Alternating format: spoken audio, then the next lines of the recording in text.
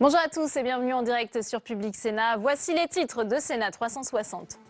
L'Europe au pied du mur. Face à la menace terroriste, il y a urgence pour les 28 à s'accorder sur des mesures sécuritaires. Une réunion d'urgence a lieu à Bruxelles cet après-midi, alors que la réforme de Schengen était au menu de la Commission des affaires européennes du Sénat.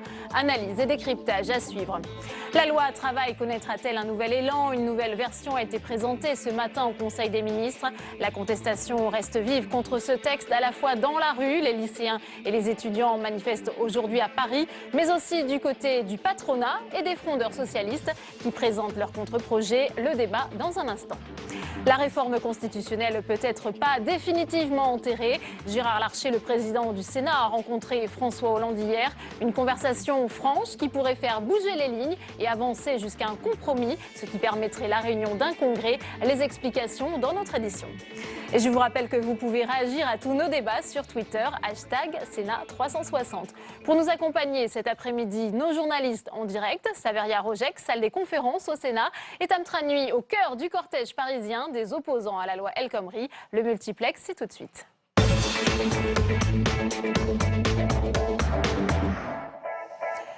Dans l'enquête sur les attentats de Bruxelles, un deuxième suspect est activement recherché, tandis que ce matin, Salah Abdeslam, par la voix de son avocat, a fait savoir qu'il souhaitait rentrer en France. Jordan Eklin. Le suspect numéro 1 des attentats du 13 novembre, Salah Abdeslam, souhaite désormais s'expliquer avec la justice française le plus vite possible. Salah Abdeslam m'a donné son souhait de vous faire part qu'il souhaitait partir en France le plus vite possible. Verrez le juge d'instruction pour qu'elle ne s'oppose plus elle-même à ce départ et à cette remise en France, qui pourra se faire donc, on espère, en tout cas, je l'espère, dans les plus brefs délais. Dans l'enquête sur les attentats de Bruxelles, 2 suspects sont actuellement recherchés. Dans le métro de Malbec, Khalid El Bakraoui, kamikaze, a été filmé en compagnie d'un homme qui portait alors un gros sac. Les services de police n'ont pas encore réussi à l'identifier. L'autre suspect, l'homme au chapeau à droite sur cette photo, est accompagné d'Ibrahim El Bakraoui au milieu et de Najim Lachraoui à gauche, les 2 kamikazes de l'aéroport de Zaventem. Avant de prendre la fuite, il a laissé une valise remplie de la plus grosse charge explosive qui n'a pas fonctionné. Certains blessés sont soignés pour des blessures par balle. Il semblerait, selon le journal Le Soir, que ce soit cet homme qui ait ouvert le feu peu avant les explosions. Un appel à témoins a été lancé pour le retrouver. Avec Mohamed Abrini, dernier complice de Salah Abdeslam, ces 2 suspects sont désormais les hommes les plus recherchés d'Europe. Et 2 ministres belges ont proposé leur démission en raison d'erreurs à la suite des attentats, démission refusée par le Premier ministre, ce qui jette une lumière crue sur les défaillances de la sécurité à la fois en Belgique et plus globalement de la lutte antiterroriste en Europe. Nora Hamadi nous a rejoint sur ce plateau. Bonjour Nora, bonjour, spécialiste des questions européennes pour Public Sénat. On sait qu'une réunion d'urgence est organisée cet après-midi à Bruxelles, réunissant à la fois les ministres de l'Intérieur mais aussi les ministres de la Justice des 28. Quels sont les enjeux de cette réunion? Tout premièrement, c'est de réaffirmer l'unité européenne face au terrorisme. À chaque fois qu'il y a eu malheureusement sur le sol européen des attentats de ce type, on l'a vu en janvier dernier en France, en novembre, un conseil extraordinaire de ce genre a été organisé. On a vu les images un petit peu plus tôt dans l'après-midi des minutes de silence et de l'hommage en fait de la Commission européenne et des premiers ministres, enfin le Premier ministre belge l'un à côté de l'autre pour rendre hommage en fait aux victimes. Et de facto, dans le même sens, on a des réunions extraordinaires à chaque fois. L'idée, bien entendu, c'est donc de renvoyer une image d'Europe unie face au terrorisme. Et en gros, on voit bien aussi que c'est l'Europe qui a été attaquée lors de ces attentats. Je rappelle juste à titre informatif que la station Malbec est à peine 300 mètres des institutions européennes. Alors quelle va être la position défendue par la France cet après-midi? Eh bien écoutez, la France a décidé lors de cette réunion de taper véritablement du poing sur la table. Là, par la voix de Stéphane Le Foll, porte-parole du gouvernement, François Hollande, lors du Conseil des ministres ce matin, a vraiment fait part en fait de sa fâcherie. Il s'est dit très fâché par le retard de certains dossiers. On sait notamment que le PNR, le Passenger Name Record, donc ce dispositif qui permettrait à tous les passagers européens d'être enregistrés dans un grand fichier et de pouvoir en fait filtrer, vérifier quels sont les personnalités potentiellement sensibles est toujours en retard. Il avait été voté en décembre dernier par le Parlement européen, par la Commission de la liberté civile. Ce vote en plénière qui permet ensuite de le mettre en œuvre est toujours bloqué à ce jour, puisqu'une partie en fait, des députés européens souhaite que ce texte soit mis au vote en même temps qu'un paquet sur tout bêtement la protection de nos données personnelles. Eh bien, Manuel Valls a décidé en avril prochain de se rendre au Parlement européen pour faire pression sur les députés afin que ce paquet soit enfin adopté. Merci beaucoup Nora pour toutes ces précisions. Et l'autre temps fort de l'actualité aujourd'hui, c'est la loi travail. Après 2 semaines de report et des ajustements, le projet de réforme du Code du travail a été présenté en Conseil des ministres. Pour Myriam El Khomri, il s'agit d'un nouvel élan pour la démocratie sociale. Mais le gouvernement peine à convaincre. La jeunesse reste mobilisée et défile aujourd'hui à Paris et un peu partout en France. Faustine Saint-Geniès. Grève, manifestations, pétitions. Face à la fronde, la très controversée réforme du travail a dû subir un petit toilettage avant sa présentation en Conseil des ministres ce matin. Sous couvert d'expérimentation, le gouvernement assouplit certaines mesures.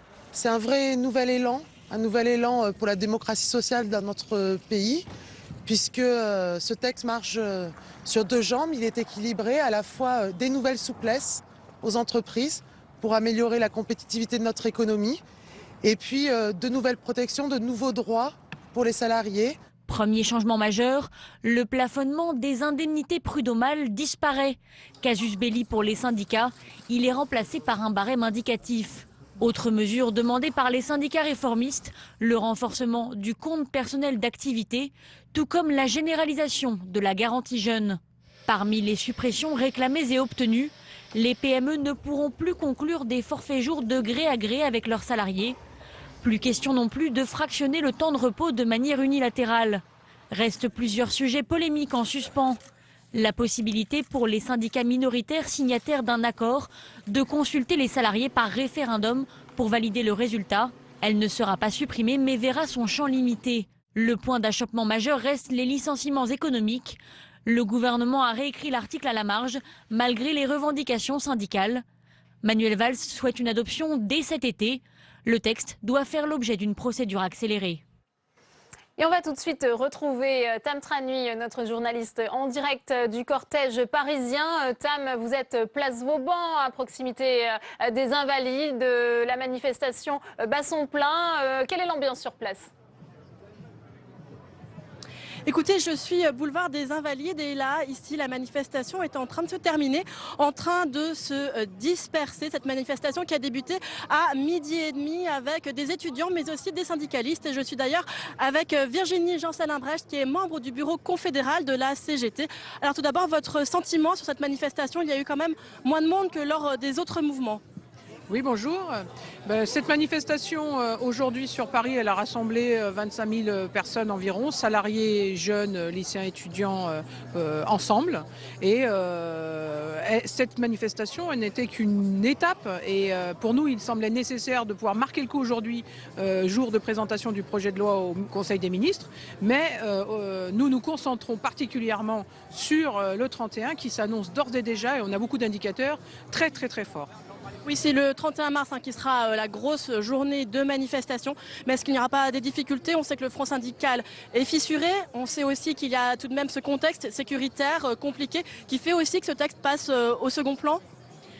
S'il passe au second plan pour peut-être le gouvernement, le MEDEF, peut-être pour les médias qui effectivement relayent les terribles attentats qui ont eu lieu à Bruxelles, il ne passe pas au second plan pour les jeunes et pour les salariés et les privés d'emploi.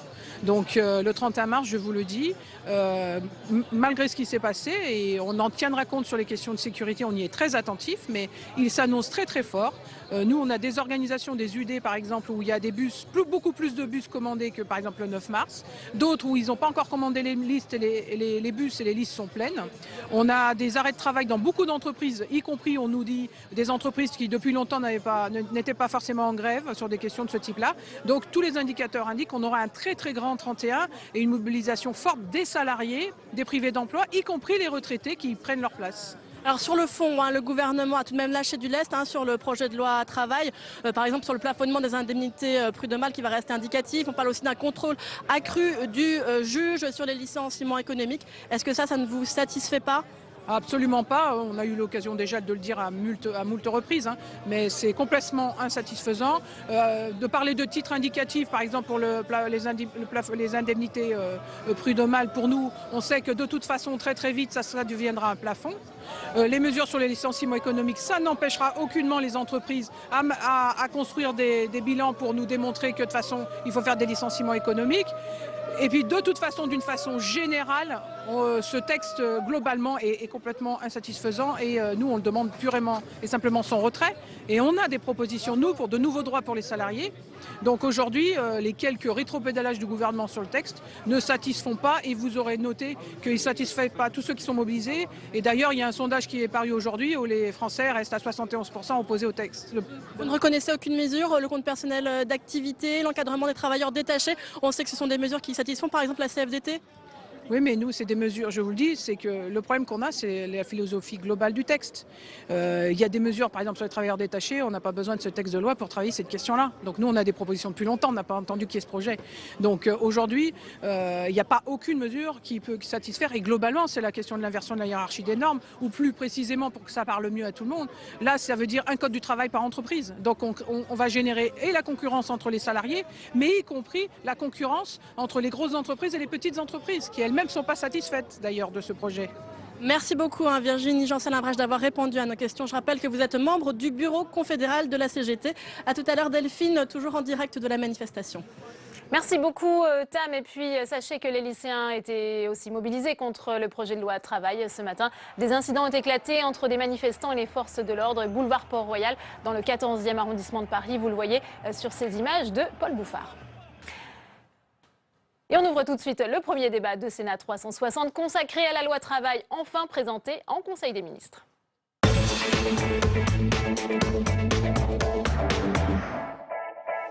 Et mes invités pour en débattre, Marie-Noëlle Lienemann, bonjour, sénatrice bonjour. Socialiste de Paris. Vous présentez avec d'autres parlementaires un contre-projet. Vous allez nous expliquer de quoi il s'agit dans un instant. Jean-Baptiste Lemoyne est également sur ce plateau. Bonjour, sénateur Les Républicains de Lyon. Vous serez un des co-rapporteurs au Sénat de ce texte. Mathieu Plane est également avec nous. Bonjour, vous êtes directeur adjoint du département Analyse et Prévision à l'OFCE. Et Stanislas de Bensman, bonjour, président de Croissance Plus. Vous aussi, vous avez des contre-propositions. Vous allez nous les présenter dans un instant. Marie-Noëlle Lienemann, on voit que la contestation dans la rue reste vive face à ce projet de loi. El Khomri, malgré les ajustements du gouvernement, les modifications ne sont pas suffisantes pour vous non plus? Non, elles sont très loin du compte parce que les points clés qui vont fragiliser le plus les salariés sans régler la question de l'emploi restent dans le nouveau texte. Les licenciements économiques, le champ même de ce qu'on appellera un licenciement économique est largement élargi, si bien que pendant 2 ou 3 trimestres, si vous avez une perte, vous pouvez considérer qu'il y a possibilité de licenciement économique, ce qui quand même est assez fréquent dans le champ de la vie des entreprises. On élargit donc le champ. Surtout, le plus grave, c'est qu'on considère que ces licenciements, on étudie la situation de l'entreprise quand elle fait partie d'un groupe multinational au niveau national, alors qu'on a toujours dit qu'il fallait que les licenciements boursiers soient contestés en prenant en compte la réalité du groupe.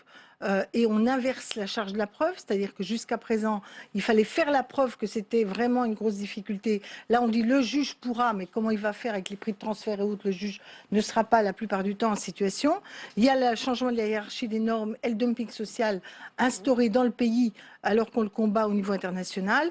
Et les avancées qui sont très faibles au regard de ces reculs fondamentaux. La bataille s'annonce rude et on va certainement assister à une sorte de grand écart puisque le Sénat, par la voix de Jean-Baptiste Lemoyne, annonce déjà aussi qu'il va réécrire ce projet de loi, mais peut-être pas dans le sens souhaité par Marie-Noëlle Lienemann. Nous, on a cette tradition ici au Sénat de pouvoir quand même examiner les choses à tête reposée, de faire un travail très pointilleux, parfois un peu loin des caméras médiatiques. Mais en tous les cas, je crois qu'il faut qu'on soit très terre à terre et qu'on arrive à adresser les grands défis de la France aujourd'hui. C'est quoi? C'est 3,5 millions de chômeurs. C'est un marché du travail qui est de plus en plus, les chiffres du chômage, ce soir, de plus en plus dual, avec d'un côté des gens qui sont en poste, qui ont effectivement du coup un certain nombre de protections et de garanties, et puis des gens qui sont de plus en plus, notamment les jeunes, à enchaîner les CDD, l'intérim, etc. Comment on fait pour améliorer cette situation. Un droit du travail qui effectivement également est peu adapté aux TPE et aux PME, qui sont pourtant aussi l'essentiel de l'emploi en France. Et donc, en réalité, je crois que le projet de loi passe à côté d'un certain nombre de choses et il nous appartiendra aussi d'enrichir la copie et puis aussi de l'ajuster en certains endroits et je pense qu'on aura l'occasion d'en débattre. Ouais, Stanislas de Benson, vous serez attentif aux ajustements des parlementaires, notamment ici, parlementaires de droite au Sénat. Qu'en attendez-vous ? J'espère qu'à l'Assemblée également, on a beaucoup de contacts et on espère bien que finalement la préoccupation de beaucoup d'entreprises, de beaucoup d'entrepreneurs, qui est de dire regardons l'économie telle qu'elle elle est en train d'accélérer aujourd'hui. Regardons la situation que les entreprises ont à gérer avec une mutation extraordinaire de tous les éléments qui constituent la réussite de notre pays, la réussite de notre économie. Faisons en sorte que la France soit un pays prospère. Or, il n'y a pas de pays prospère sans entreprises prospères. Donc, il faut changer la mentalité qui règne dans le pays pour dire ensemble, faisons réussir nos entreprises. Parce que derrière l'entreprise qui réussit, c'est de l'emploi, la création de richesses, des revenus pour l'État et donc le financement de tout ce qui fait notre pays. Donc ça, c'est la mentalité qu'il faut arriver à partager avec le plus grand nombre de gens. On n'arrivera pas à avoir évidemment absolument tout le monde, mais au moins petit à petit, cette idée de l'entreprise qui réussit, elle s'impose. Ce projet de loi reste très impopulaire. On a vu les chiffres des derniers sondages aujourd'hui. Comment expliquez-vous finalement que le gouvernement n'arrive ni à convaincre la population, ni à convaincre les entreprises? C'est la très grande difficulté à réformer dans notre pays, mais je crois qu'il y a un consensus pour dire qu'on s'y a très mal pris, que évidemment il faut regarder les choses, les débattre, avoir un grand débat sur ces éléments qui sont effectivement pas faciles à accepter, parce que ces mutations, elles amènent des formidables défis, donc personne ne prétend que d'un coup de claquement de doigts, on va convaincre tout le monde, certainement pas. Mais par contre, il faut qu'on fasse un diagnostic, je crois qu'il est largement partagé, et de ce diagnostic, on doit avoir des lois qui sont consensuelles, et là où vous avez raison, c'est qu'il faut emmener les salariés. Parce que tout ça, aujourd'hui, l'entreprise, c'est gagnant-gagnant ou alors tout le monde perd. Ouais, Mathieu Plane, c'est certainement la bataille la plus difficile pour cette fin de quinquennat, cette réforme du Code du travail. On a l'impression que le gouvernement a un peu raté sa cible. À la fois, il n'arrive pas à contenter le patronat, ni la gauche de la gauche. Oui, je pense qu'il a raté sa cible d'abord parce que dans la procédure, ça a été quand même assez étonnant. Effectivement, le premier, en tout cas la première version du texte, qui a surpris quand même beaucoup de monde. Et puis, je pense qu'en termes de communication, on n'a pas bien compris. Est-ce que c'était l'objectif de lutter contre le chômage? En fait, on voit que c'est pas vraiment ça l'objectif de lutte contre le chômage. Même le gouvernement le dit. Effectivement, c'est donner plus de flexibilité, ne va pas forcément diminuer le taux de chômage. Maintenant, l'idée, c'est plutôt comment on lutte contre la dualité du marché du travail, avec d'un côté, effectivement, l'ajustement et la flexibilité qui existent en France, mais qui passe beaucoup par les CDD et l'intérim. Maintenant, c'est comment l'étaler un peu plus sur le CDI. Et c'est vrai qu'on a tendance à précariser le CDI de façon à lutter contre la dualité. Mais pour autant, il n'est absolument pas évident que ça va permettre ce transfert. Moi, ce que je regrette un peu, c'est qu'on n'est pas à ce moment-là un peu comme, parce qu'on prend souvent l'exemple italien en modèle, dire, alors on crée une incitation sur le CDI. C'est-à-dire qu'en Italie, ce qu'ils ont fait, c'est qu'il y a un différentiel de coût du travail très fort aujourd'hui entre le CDD et le CDI. Or, aujourd'hui, on ne l'a pas fait. C'est-à-dire que typiquement, avec le CIC ou le pacte de responsabilité, les allègements de cotisation ou le crédit d'impôt... Même en surtaxant les CDD. Et voilà, et donc... Alors, il y a ce moment-là où il fallait surtaxer, mais là, c'est vrai qu'on augmente le coût du travail pour les PME, notamment, ça pose un certain nombre de problèmes, mais c'est vrai que ça va aussi avec cette idée, notamment dans la réforme de l'assurance chômage, dans lesquelles il y a des déficits assez importants, que les CDD et l'intérim coûtent cher à l'assurance chômage. Donc, les taxer plus serait serait assez logique, à la fois pour le basculement vers les CDI et en même temps, si on doit trouver des financements pour l'assurance chômage. Oui, mais Marie-Noëlle Lienemann, on l'a dit, le gouvernement a quand même apporté des ajustements, a lâché du lest sur certaines mesures. Alors, ce n'est pas une bonne réforme du Code du travail, la cible est complètement ratée. Comme vous le dites, il y avait à l'origine l'idée, ça va permettre de créer des emplois. Tout le monde a compris que ce n'était pas ça. Nous faisons des propositions pour avoir une stratégie favorable à la création d'emplois. C'est un débat qu'on a depuis longtemps sur les choix macroéconomiques, sur toute une série de mesures à prendre. Mais sur la dualité du marché du travail, il faut d'abord ne pas raconter d'histoire aux Français. La réalité, c'est qu'on a encore 87%, en tout cas les derniers chiffres qu'on a eus de la DARES, 87% des salariés qui sont en CDI. Et qu'il n'y a que le complément en CDD, etc. Dans les CDD, le gros du paquet, c'est des CDD très courts. Donc on voit bien que ces CDD très courts ils ne sont pas en concurrence avec le CDI. Ce seraient des CDD substitutifs à du CDI, ils ne seraient pas de quelques mois, ils seraient beaucoup plus longs. Donc la réalité, c'est qu'il y a une offre de plus en plus morcelée auquel on répond par des CDD très courts. Donc là, il faut se poser la question, quels sont les bons outils?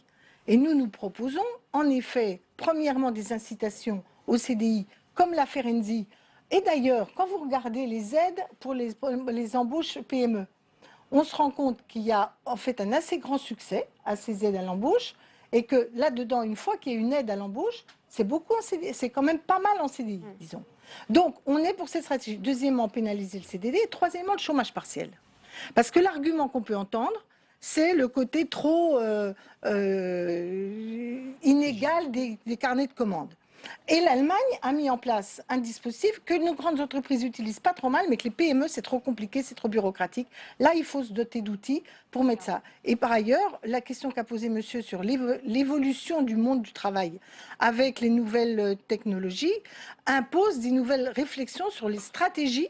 On ne peut pas aller vers une précarisation générale. D'ailleurs, les Américains eux-mêmes réfléchissent aussi. On a évoqué l'exemple italien ou encore l'exemple allemand. Ça, c'est quelque chose vers lequel il faut tendre, selon vous? Mais justement, pour poursuivre sur l'exemple italien, qui est très intéressant, effectivement, on voit que Renzi a mis en place un CDI à droit progressif, parce que l'Italie, avait de nombreux effets de seuil qui étaient décourageants. Et donc, le CDI à droit progressif s'est accompagné d'une extension des indemnisations pour les chômeurs. C'était un peu le donnant-donnant, sauf que le donnant-donnant, c'est passé l'indemnisation du chômage de 12 mois à 18 mois. En France, on sait qu'on peut aller jusqu'à 24 mois. Donc on voit qu'on a un niveau de, un niveau de protection qui existe, qui par rapport à ces pays-là est quand même plus important. Et donc, nous, je crois que ce qui est important, c'est acter quand même une révolution copernicienne, entre guillemets, qui est de faire en sorte que, effectivement, le dialogue social puisse se faire au plus près, au niveau de l'entreprise, puis au niveau de la branche, parce qu'on a l'habitude en France un peu fâcheuse de vouloir faire des grands jardins à la française, de vouloir imposer des règles uniformes partout. Or, je veux dire, la diversité des entreprises fait que pour tenir compte de tout cela, de la diversité, eh bien, ce dialogue au niveau local, eh bien, il ne peut être que favorable. Et je dirais d'ailleurs, vous voyez, c'est pas forcément être un affreux idéologue que de dire ça, puisque quelqu'un comme Proudhon, par exemple, qui défendrait la subsidiarité, quelque part, se serait reconnu là-dedans. Stanislas de Bensman. Moi, je crois qu'on fait une erreur de diagnostic dès le départ. En fait, l'activité économique mondiale permet à la France d'avoir une croissance et d'avoir un développement et d'avoir le plein emploi.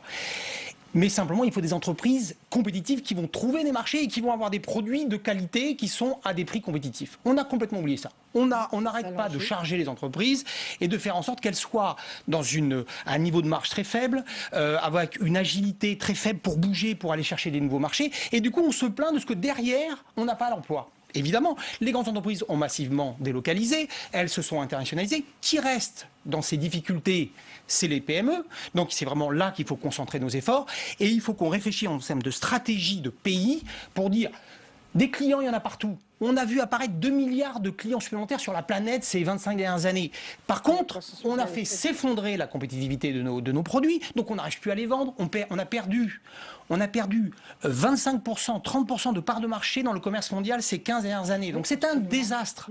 C'est ça qu'il faut travailler. Et donc cette loi, si elle veut bien donner des armes supplémentaires aux entreprises, va donner aux entreprises la force de saisir leur destin, de partir conquérir ces marchés et derrière de créer l'emploi. Voilà, c'est ça le diagnostic central que tout le monde oublie. Et on gère la pénurie aujourd'hui. On gère la pénurie. On va encore partager plus le travail. Le peu de travail qui reste, il faut le partager encore. Oh, c'est morbide comme vision de l'économie. Mathieu Plane, sur cette problématique de mauvais diagnostic posé dès le départ par le gouvernement. Sur le diagnostic, je pense qu'on est surtout dans une situation de crise extrêmement violente depuis 2008. On n'en est pas sorti. La zone euro en fait bien partie. Et justement, là où je trouve qu'on a une difficulté actuellement, c'est que On va essayer de sauver encore à peu près ce qui est sauvable, c'est-à-dire avec des réformes plutôt microéconomiques au niveau de l'entreprise. Alors pourquoi pas, mais sans une vision, on va dire, plus large, qui est celle de la macroéconomie. C'est-à-dire que les pays qui ont de la flexibilité, par exemple, prenez les pays anglo-saxons, qui ont une flexibilité très forte dans le marché du travail, sont des pays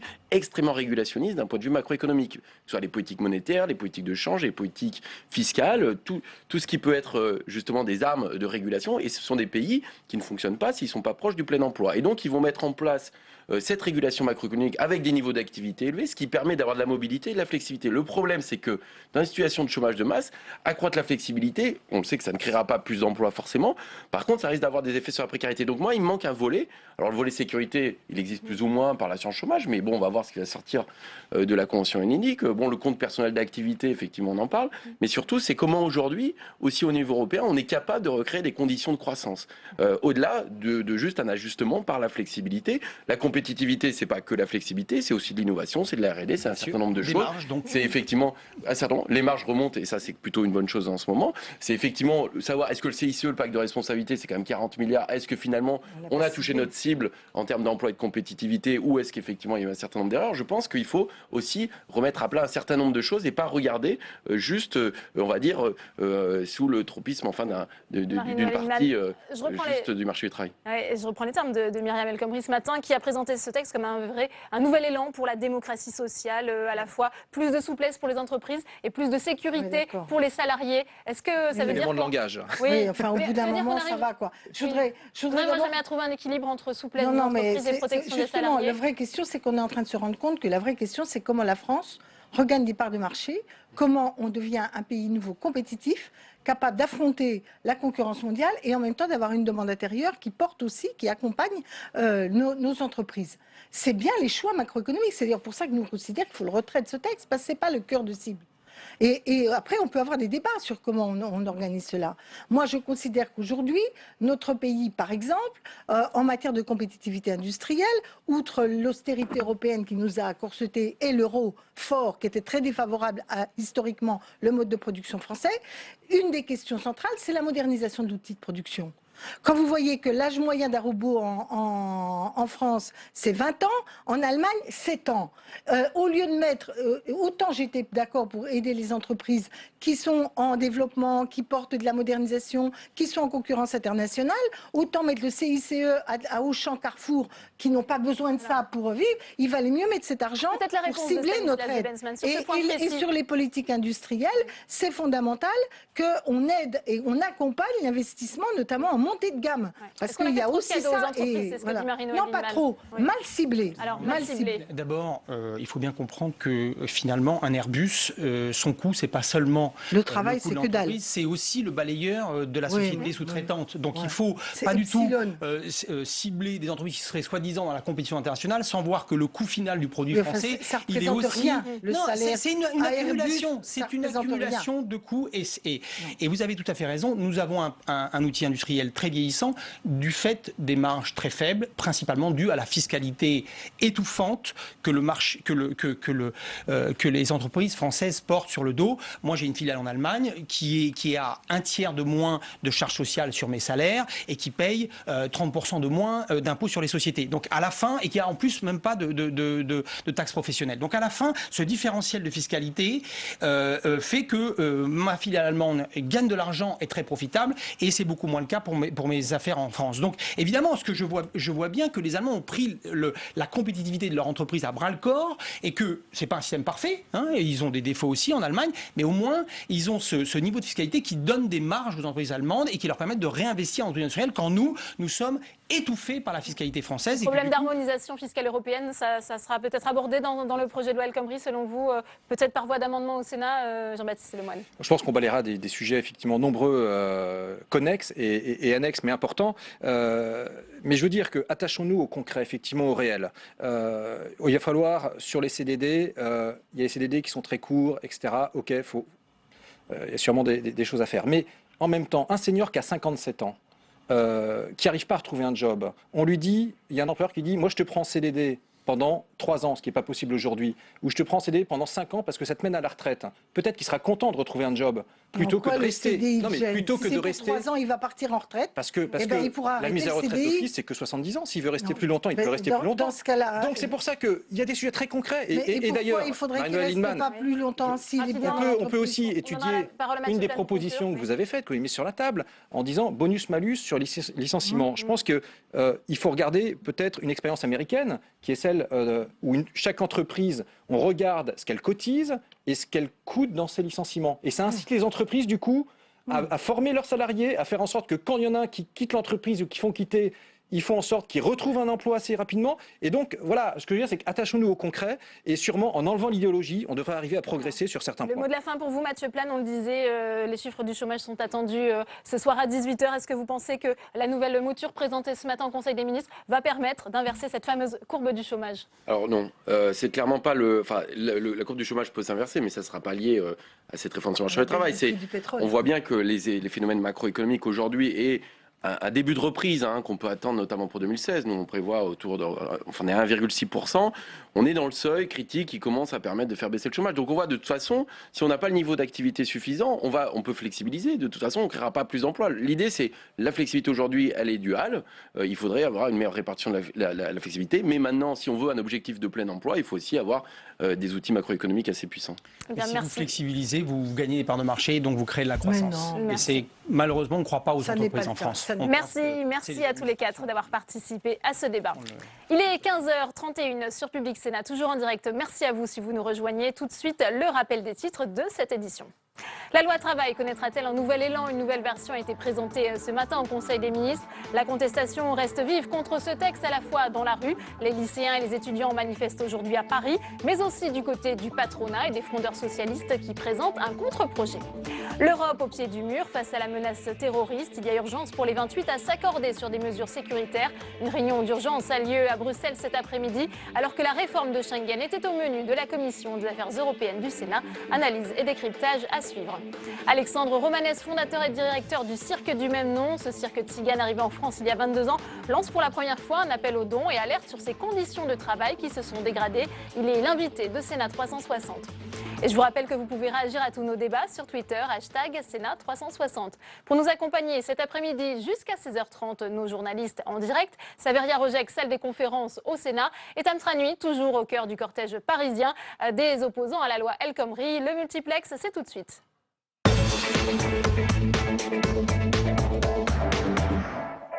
Après 2 semaines de report et des ajustements, le projet de réforme du Code du travail présenté en Conseil des ministres. Pour Myriam El Khomri, il s'agit d'un nouvel élan pour la démocratie sociale. Mais le gouvernement peine à convaincre. La jeunesse reste mobilisée et défile aujourd'hui à Paris et un peu partout en France. Faustine Saint-Geniès. Grève, manifestations, pétitions. Face à la fronde, la très controversée réforme du travail a dû subir un petit toilettage avant sa présentation en Conseil des ministres ce matin. Sous couvert d'expérimentation, le gouvernement assouplit certaines mesures. C'est un vrai nouvel élan pour la démocratie sociale dans notre pays, puisque ce texte marche sur 2 jambes. Il est équilibré, à la fois des nouvelles souplesses aux entreprises pour améliorer la compétitivité de notre économie, et puis de nouvelles protections, de nouveaux droits pour les salariés. Premier changement majeur, le plafonnement des indemnités prud'homales disparaît. Casus belli pour les syndicats, il est remplacé par un barème indicatif. Autre mesure demandée par les syndicats réformistes, le renforcement du compte personnel d'activité, tout comme la généralisation de la garantie jeune. Parmi les suppressions réclamées et obtenues, les PME ne pourront plus conclure des forfaits jours de gré à gré avec leurs salariés. Plus question non plus de fractionner le temps de repos de manière unilatérale. Restent plusieurs sujets polémiques en suspens. La possibilité pour les syndicats minoritaires signataires d'un accord de consulter les salariés par référendum pour valider le résultat. Elle ne sera pas supprimée mais verra son champ limité. Le point d'achoppement majeur reste les licenciements économiques. Le gouvernement a réécrit l'article à la marge malgré les revendications syndicales. Manuel Valls souhaite une adoption dès cet été. Le texte doit faire l'objet d'une procédure accélérée. Et on retrouve Tam Tranui en direct du cortège parisien qui vient de se terminer. Tam, vous êtes avec le président de l'UNEF, William Martinet, toujours très opposé à cette loi travail présentée ce matin, on le disait, en Conseil des ministres. Effectivement, je suis non loin des Invalides, là où la manifestation s'est dispersée il y a quelques minutes. William Martinet, est-ce que vous craignez un essoufflement du mouvement? On sait, il y a le contexte sécuritaire très tendu. Et puis il y a aussi tout de même le gouvernement qui a lâché du lest. On en a eu la preuve avec la présentation du texte El Khomri ce matin. Non, je crois au contraire que la journée de mobilisation d'aujourd'hui, elle prouve que, au moins du côté des lycéens, des étudiants et des jeunes en général, la contestation du projet de loi est toujours là. Je ne crois pas que le Premier ministre, avec son bricolage pour faire une deuxième version du projet de loi travail, ait convaincu grand monde. Tous les jeunes de ce pays ont conscience que ce projet de loi, ça reste davantage de précarité sur le marché du travail, ça reste une dégradation de leurs conditions de travail. Vous parlez de bricolage, mais tout de même, le plafonnement des indemnités prud'homales qui sera indicatif, le contrôle accru du juge sur les licenciements économiques, vous ne saluez pas ces progrès ? Ce sont des reculs du gouvernement et effectivement ils sont importants et je crois qu'ils sont à mettre au crédit de la mobilisation de ces dernières semaines. C'est parce que le 9 mars, il y avait près de 500 000 personnes qui ont manifesté que le gouvernement a dû reculer sur plusieurs points. Vous l'avez dit, le plafonnement des indemnités prud'homales qui aurait créé un droit au licenciement abusif. Je pense aussi à la question du temps de travail des apprentis. Rappelons-nous, ce gouvernement voulait faire travailler jusqu'à 40 heures par semaine des apprentis de moins de 18 ans qui en pratique pouvaient avoir 15 ans. Donc la mobilisation a permis de faire reculer le gouvernement sur ce point, mais ce n'est pas parce qu'on a réussi à faire reculer le gouvernement sur certains points que ce projet de loi travail, ça devient un projet de loi de progrès social. La réalité, c'est que tout ce qui fait notre contestation depuis le début, le fait que ce projet de loi va nous faire travailler plus, gagner moins et se faire virer plus facilement, tout ça est encore présent et c'est ça qui fait que non seulement les jeunes continuent à se mobiliser, mais que aussi l'opinion reste opposée à ce projet de loi. Vous avez sans doute vu le sondage qui est sorti aujourd'hui, on a 71% des Français qui sont opposés à cette nouvelle version du projet de loi travail. William Martinet, est-ce qu'il y a eu des dérapages, des violences lors de ces cortèges? On parle aussi de violences qu'il y a eu lors d'occupation de certains locaux, notamment à Tolbiac. Vous les condamnez? Il y a des débordements qui heureusement sont minoritaires et évidemment l'UNEF les condamne. Je crois que depuis le début, cette mobilisation dans son écrasante majorité, elle se fait dans la bonne humeur, elle se fait avec une volonté finalement de faire entendre la voix des jeunes et des étudiants, d'être un moment démocratique et je pense que c'est ça qui est le plus important et c'est ça qu'il faut absolument continuer dans les semaines qui viennent. Donc nous, l'appel qu'on lance aux étudiants et on le fait depuis le début, c'est dire restons calmes, pas de débordement et ce qui est le plus important, c'est de se mobiliser contre ce projet de loi travail. D'un mot, est-ce que vous faites confiance aux parlementaires pour changer le texte? Finalement, c'est entre leurs mains que ça va se jouer. Notre objectif, nous, ça reste d'obtenir de ce gouvernement le retrait du projet de loi travail. Donc évidemment, c'est pas un objectif qui est simple. On a bien compris qu'en face de nous, on a un gouvernement finalement qui est jusqu'au boutiste. Il a une mobilisation contre lui, les jeunes contre lui, il a même l'opinion contre lui, mais il veut continuer à nous imposer un projet de loi qui va nous précariser. Donc en face, je pense que c'est très important d'être déterminé, de taper du poing sur la table. Et c'est notamment pour ça que la prochaine journée de manifestation, celle du 31 mars, qui sera non seulement une journée de mobilisation lycéenne et étudiante, mais aussi et surtout avec les salariés de ce pays, cette journée du 31 mars, elle va être extrêmement importante. Merci William Martinet d'avoir répondu à nos questions. On a compris en clair que vous espérez que les parlementaires n'auront pas à se saisir de ce texte. Merci beaucoup Tam, et puis sachez que ce matin des incidents ont éclaté entre les manifestants et les forces de l'ordre, boulevard Port-Royal dans le 14e arrondissement de Paris, vous le voyez sur ces images de Paul Bouffard, et puis on vient d'apprendre qu'une voiture a été brûlée et que 15 interpellations ont eu lieu à Paris. On ouvre à présent notre page consacrée aux attentats de Bruxelles. L'enquête avance. On sait qu'un deuxième suspect est activement recherché, tandis que ce matin, Salah Abdeslam, par la voix de son avocat, a fait savoir qu'il souhaitait rentrer en France. Jordan Klein. Le suspect numéro 1 des attentats du 13 novembre, Salah Abdeslam, souhaite désormais s'expliquer avec la justice française le plus vite possible. Salah Abdeslam m'a donné son souhait de vous faire part qu'il souhaitait partir en France le plus vite possible. Verrez le juge d'instruction pour qu'elle ne s'oppose plus elle-même à ce départ et à cette remise en France, qui pourra se faire donc, on espère, en tout cas, je l'espère, dans les plus brefs délais. Dans l'enquête sur les attentats de Bruxelles, 2 suspects sont actuellement recherchés. Dans le métro de Malbec, Khalid El Bakraoui, kamikaze, a été filmé en compagnie d'un homme qui portait alors un gros sac.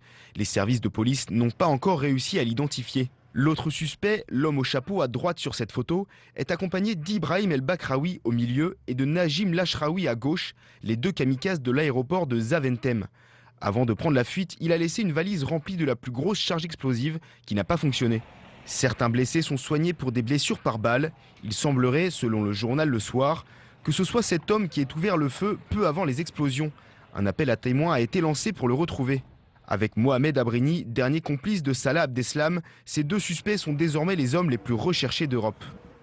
Et ces attentats et cette menace terroriste interviennent dans un contexte européen de remise en cause de l'espace Schengen. Face à l'afflux de migrants, l'Europe cherche à limiter le principe de libre circulation. Certains pays ont rétabli des points de contrôle, d'autres ont fermé leurs frontières. Nathalie Guilloire. Ces policiers effectuent des contrôles entre la Belgique et la France. L'image est récente mais elle n'est pas rare. Les contrôles provisoires ont été rétablis dans 7 pays membres de l'espace Schengen. La Belgique, le Danemark, la Norvège, la Suède, l'Autriche, l'Allemagne et la France sont concernés. La carte de l'espace Schengen a bien évolué depuis sa création en 1985. Aujourd'hui, elle compte 26 membres, mais il est de plus en plus difficile de parler de libre circulation. La crise migratoire, mais aussi la crise sécuritaire ont profondément modifié l'esprit de l'espace Schengen. En plus des contrôles, des murs et des barbelés sont érigés aux frontières extérieures de la Hongrie et de la Slovénie, dans le but de freiner le flux de migrants. En France, quel est le symbole de cette politique ? La Commission européenne s'inquiète de cette remise en question du principe de libre circulation. Début mars, elle lance un appel pour tenter de sauver l'espace Schengen. Elle préconise un renforcement des contrôles des frontières extérieures. Et on va tout de suite retrouver Saveria Rojek en direct de la salle des conférences du Sénat. Saveria, vous êtes avec le sénateur Jean-François Rapin. Les sénateurs examinent cet après-midi un texte sur l'économie bleue dans lequel un amendement concerne l'accès au port de Calais. Oui, alors l'accès au port de Calais, alors cette disposition, dans la version issue de l'Assemblée nationale, il y avait une référence explicite au port de Calais. Elle a été gommée dans la version qui est examinée cet après-midi au Sénat. Mais en tout cas, l'idée est la même, c'est d'interdire aux migrants l'accès au port. Tout d'abord, est-ce que vous êtes, vous, favorable à cette mesure? Est-ce que pénaliser les migrants, c'est la solution? Alors, favorable à la mesure, oui. Restrictivement dire qu'on doit pénaliser les migrants, finalement les migrants sont des gens comme tout le monde et faire des ports demain des zones de non-droit où on pourrait y accéder tout simplement, tout facilement, ça n'est pas possible. Donc cette mesure, moi j'y suis pleinement favorable. Alors certes, elle est considérée comme cavalière. Je ne suis pas un défenseur reconnu du gouvernement. Voilà, c'est ça, c'est qu'on est tout de même un peu surpris par la méthode. Pourquoi cette mesure? Que vient faire cette mesure dans ce texte? Il n'y a pas de connexion avec l'économie maritime, mais c'est plus une mesure qui concerne la sécurité et même la lutte antiterroriste. Est-ce qu'en le faisant voter de cette manière, le gouvernement évite d'une certaine façon le débat avec sa propre majorité? Il y a plusieurs mesures C'est ce qui a été reproché. Dans le texte d'économie bleue, il y a plusieurs mesures qui favorisent la sécurisation des ports et des bateaux. Je pense que c'est essentiel dans les piliers de l'économie maritime d'avoir une économie maritime qui soit sécurisée.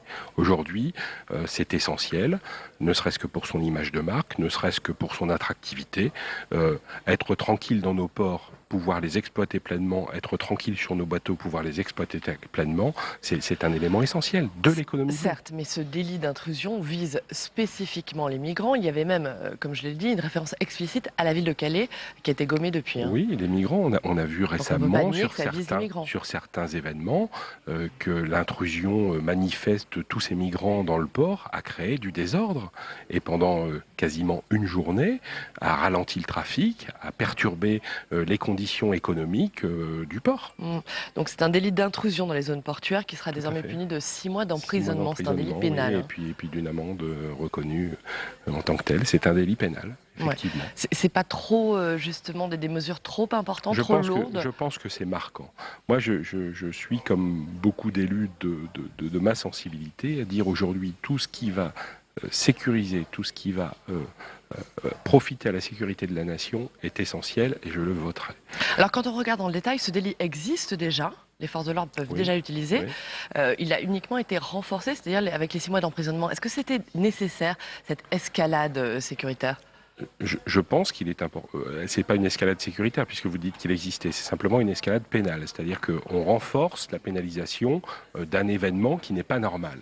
Donc parce que il a été récemment vécu, en particulier sur le port de Calais. Mais je pense que ça ne se limite pas qu'au port de Calais. Le port de Dunkerque se sécurise de la même façon. Tous les ports qui ont une connexion effectivement avec l'Angleterre l'ont, mais les ports qui ont une connexion avec l'Italie l'ont aussi. Très bien. Merci beaucoup Jean-François Rapin d'avoir répondu en direct à nos questions.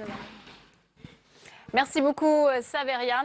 Je vous le disais, ouverture cet après-midi du Conseil extraordinaire des 28 à Bruxelles. Il s'agit des ministres de la Justice et des ministres de l'Intérieur qui se réunissent donc en urgence cet après-midi pour trouver une réponse commune au terrorisme. Nora Madi nous a rejoint sur ce plateau. Bonjour Nora. On sait que la France a décidé d'être ferme pour faire avancer les décisions au niveau de l'UE. Oui, effectivement, Delphine, le Conseil des ministres ce matin, Stéphane Le Foll, à la sortie du Conseil des ministres, le porte-parole du gouvernement, a acté qu'effectivement la position de la France sera d'être très ferme vis-à-vis de ses homologues européens. La France, il faut dire, en a un petit peu ras-le-bol, clairement. Il y a vraiment un message de fermeté. Stop, on ne peut pas continuer, on ne peut pas se permettre d'attendre encore que des décisions qui ont été entérinées il y a plusieurs mois continuent d'être laissées dans les placards. Tout bêtement, Bernard Cazeneuve, face à ses homologues européens, a dit pendant qu'on ergote, des migrants meurent et des terroristes rentrent. On voit bien qu'il y a aussi cette question du croisement entre la crise des migrants et le terrorisme. Certains, et on l'avait vu lors des attentats de Paris, certains terroristes seraient arrivés par ces fameuses routes qui sont maintenant quasi toutes complètement bloquées. Quoi qu'il en soit, ce sont des décisions qu'il va falloir mettre en œuvre et qui pour beaucoup ont été prises il y a déjà plusieurs mois. Donc il y a une forme de colère de la part de la France face à ces espèces d'égoïsmes locaux, nationaux, qui font que aujourd'hui on a vu ce qui s'est passé il y a encore quelques jours à Bruxelles, qui aurait peut-être pu ne pas se passer si certaines décisions avaient été prises plus tôt. Mais c'est un petit peu le problème de fonctionner à 28 pays, plus une commission, plus le Parlement européen, 751 députés.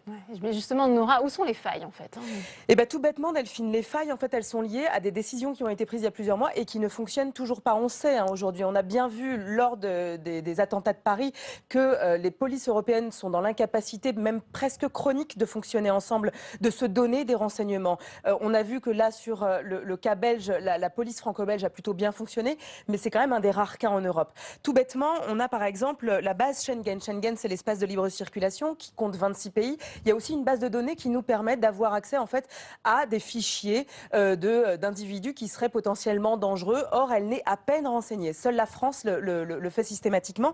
Idem, il y a un fichier qui s'appelle Eurodac. C'est un fichier d'empreinte digitale. Et la France porte depuis déjà plusieurs mois le fait que ce fichier puisse être utilisé à des fins judiciaires.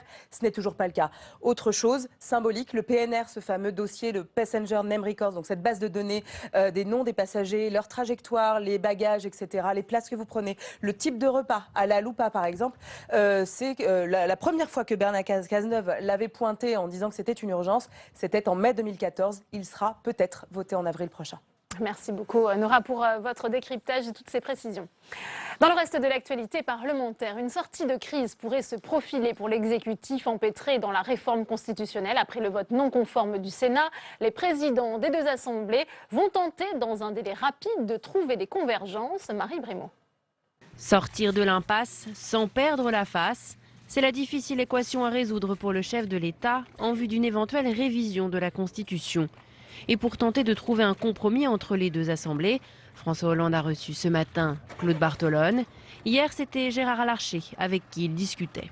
Avec le président de la République sur ce point, je crois qu'il faut que nous voyions si nous pouvons avancer et conclure sur les deux articles. Si sur l'article 1 qui porte sur la constitutionnalisation de l'état d'urgence, députés et sénateurs semblent regarder dans le même sens, cela coince sur l'article 2 et la déchéance de nationalité.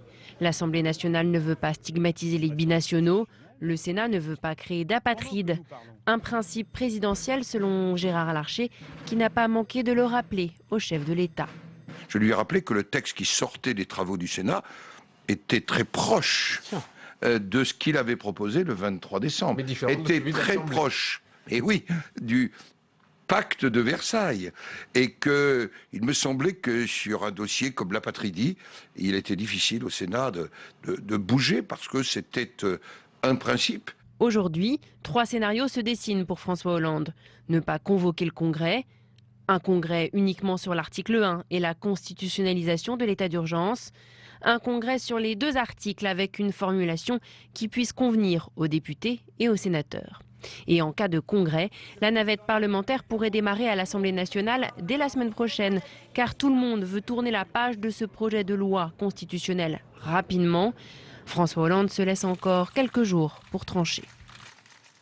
Arrivé en France depuis 22 ans, le cirque romanesque fait face pour la première fois à des difficultés financières. Depuis les attentats, il subit de plein fouet une baisse de fréquentation et les habitants du 16e arrondissement de Paris, où il s'est installé pour son nouveau spectacle, voient plutôt d'un mauvais œil l'arrivée de ce nouveau voisin, Mounir Soussi. Voilà, regardez là, ils ont défoncé les caravanes, c'est vraiment de la dégradation. Et ça, c'est rien encore, mais c'est de l'autre côté que je vais vous montrer. Depuis son installation dans ce square du 16e arrondissement, le cirque Tzigane Romanes a subi plusieurs actes de vandalisme, caravanes endommagées, alimentation électrique coupée. Les incidents se sont multipliés ces 6 derniers mois. Ici, c'était tout... Ils ont tout volé, mais j'ai rangé depuis, vous savez. Il y avait plein de costumes, là. Il y avait plein de costumes, des scènes... des instruments, mais voilà. La mairie de Paris a autorisé l'installation de ce cirque itinérant dans ce quartier cossu en septembre dernier. Mais la mairie d'arrondissement y était défavorable. Des associations de riverains se sont aussi mobilisées contre la présence de la trentaine d'artistes et de leurs caravanes. On ne sait pas d'où est-ce que ça vient, cette malveillance. Tout ce que je sais qu'il y avait plusieurs bandes de voyous qui ont fait ça. Donc voilà, assez régulièrement. On a fait face vraiment à beaucoup des actes de vandalisme et il y a eu des attaques aussi racistes. Ce climat a un impact sur l'activité. La fréquentation est en baisse. Cela met en péril la vie de ce cirque historique qui tourne depuis plus de 20 ans. Le cirque romanesque aujourd'hui, il est à l'agonie. Vraiment. C'est pour la première fois de notre vie, dans notre histoire, depuis 22 ans, qu'on a même lancé un appel aux dons. Face à ces difficultés, le cirque n'est pas seul. Une pétition de soutien en ligne a reçu plus de 16 000 signatures et une rencontre était prévue ce matin au ministère de la Culture. Alexandre Romanès, directeur du cirque Romanès, est notre invité. Il répond aux questions de Mickaël Zamès. Le face-à-face, c'est tout de suite.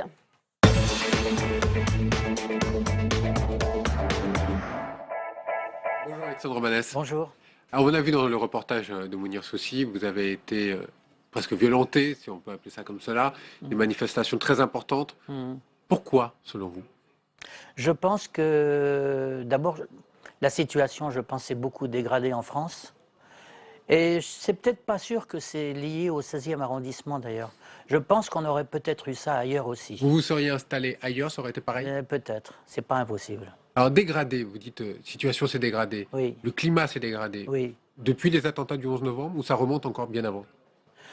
Pour nous, ça a commencé avec les tout premiers, le supermarché Cacher, après il y a eu Charlie, et après alors le pompon, si on peut dire, enfin si on peut dire comme ça. C'est horrible. Bataclan, là, notre fréquentation a chuté. Mais c'est pour tout le monde, pour toutes les salles de spectacle. Bah oui, mais... Il n'y a pas que vous, le cirque romanesque, on imagine. Mais les charges continuent quand même, et puis les salaires aussi, et nous on n'a que ça, hein, on n'a rien d'autre, et donc on ne peut pas arrêter. Et c'est la première fois que vous avez à faire face à ce moment-là. Vous m'aviez dit, il y a 700 ou 800 personnes qui sont venues manifester contre vous. Ah oui, on a eu une manifestation très violente et j'ai été au milieu pour parler avec eux et c'était une faute, j'ai failli me faire... Oui, c'était une... Mais qu'est-ce qu'ils vous disent? Qu'est-ce qu'ils vous disaient? Parce que est-ce que ça continue d'ailleurs? Ça s'est un peu calmé, mais il y a aussi les associations. Alors, il y en a plein. Alors, il y en a qui sont... Associations de riverains, associations de Oui, qui sont contre nous. Et il paraît qu'on dégrade l'image du 16e arrondissement. Et alors, il y en a une qui est très marrante, puisqu'elle elle prétend qu'il n'y a plus de chats dans le 16e arrondissement. Et on aurait donc mangé tous les chats. Miaou. D'accord. Voilà. Il y a de tout. Je vais revenir sur les questions du 16e arrondissement, parce que vous savez qu'il y a un centre d'hébergement pour sans-abri qui devrait être installé. Oui. On sait aujourd'hui, il y a une levée de boucliers incroyable, que ce soit contre la mairie et des maires contre la mairie de Paris. Comment est-ce que vous percevez tout ça aujourd'hui, vous? On est très étonnés. D'abord, j'ai vu quelques images et j'ai vu une violence incroyable. Et je me pose la question, si c'était des blonds aux yeux bleus, est-ce qu'il y aurait eu ce problème? C'est pas sûr du tout. Donc c'est vraiment une affaire de racisme. D'ailleurs, le racisme, l'antisémitisme, on sait d'où il vient. C'est surtout un problème économique. Vous avez vos voisins noirs que vous détestez, mais c'est vos voisins, et au bout de 6 mois, ce sont vos meilleurs amis. Ah oui, mais parce que vous avez commencé à parler avec eux, et vous voyez bien que... Donc tout commence par une crise économique, c'est un peu ce que vous nous dites? Ah, moi je pense qu'il y a trop de pauvres en France, trop de gens avec des bas salaires, les difficultés sont trop grandes. Et donc, vous savez, il y a un proverbe qui dit quand il n'y a plus de foin dans les râteliers, les chevaux se battent. Et c'est pour cela aujourd'hui que votre cirque connaît, pour la première fois, on l'a dit, et votre femme le disait à l'instant dans le reportage, est à l'agonie aujourd'hui, c'est pour cela? Alors il utilise des mots peut-être un peu forts, mais c'est vrai qu'on ne va pas bien, on n'arrive plus à payer les charges sociales, on est un peu pris à la gorge. Et alors c'est quoi l'optique pour vous aujourd'hui? Alors justement, on a lancé un appel aux dons, on n'a jamais fait ça, appel aux dons qu'on peut trouver sur le site internet romanescirque.com. Pour ceux qui nous écoutent. On a donc fait ça, mais... Et par contre, il y a quand même du positif, la mairie de Paris est à 100% avec nous, et la maire de la culture, qui s'appelle Audrey Azoulay, est à 100% de notre côté. C'est la ministre de la Culture. Voilà. Alors, la famille du cirque, elle a manifesté ce matin, elle a bloqué une partie du périphérique. Vous n'étiez pas dans ces manifestations? Non. Pourquoi vous n'associez pas à la famille du cirque? Mais déjà, on est un cirque à part. Personne n'a réussi à nous classer. Puis de toute façon, ils ne nous ont pas appelés. Bon. Là aussi, vous vous sentez un peu stigmatisé alors? Oh, c'est peut-être pas le mot, mais ils nous ont pas appelés. Mais ils peuvent faire ce qu'ils veulent. Moi, je suis pas contre eux. Mais ils se trompent de cible. Ils veulent des places. Mais ça dépend de la mairie, des mairies. La mairie de Paris n'est pas concernée. Il faut pouvoir avoir un agrément de la mairie de Paris pour pouvoir s'installer, c'est bien ça? Non, mais c'est ridicule. Quand vous voulez vous installer à Lyon, vous ne demandez pas à la mairie de Paris. Donc, je ne sais pas pourquoi ils ont manifesté contre... à Paris, ça n'a pas de sens. Comment ça se passe exactement quand vous voulez vous déplacer en France? Vous avez besoin que la collectivité elle signe un agrément, c'est bien cela. Et c'est ça aussi que les manifestants réclamaient ce matin. Est-ce que là, vous vous sentez aussi les grands oubliés de l'État? On sait qu'il y a une réforme qui est en cours dans la loi Macron, qui vous touchera également. Qu'est-ce que vous dites aujourd'hui à l'État? Au niveau du cirque, en vérité, on ne peut plus bouger. Ça, c'est une vérité. C'est-à-dire que, par exemple, moi, j'ai ma fille de 16 ans, elle est en piste, mais quand elle avait 16 ans, moins 15 ans et demi, je ne pouvais pas la mettre dans la piste. C'est-à-dire qu'il y avait peut-être une raison aussi légale. Il y avait un dossier pas possible à remplir. Alors, si le préfet veut bien vous l'accorder, 3 jours par semaine, avant 8 h du soir, c'est très connu que les filles de 15 ans, à 8 h du soir, elles sont dans leur lit. Vous voyez, c'est bête. Et il y a plein de choses comme ça, très bêtes, qui nous empoisonnent la vie. On fait avec, on n'a pas le choix, mais c'est vrai qu'il y a beaucoup de choses qui ne vont pas. Alexandre Romanès, vous êtes tzigane? Oui. Vous avez parcouru les routes.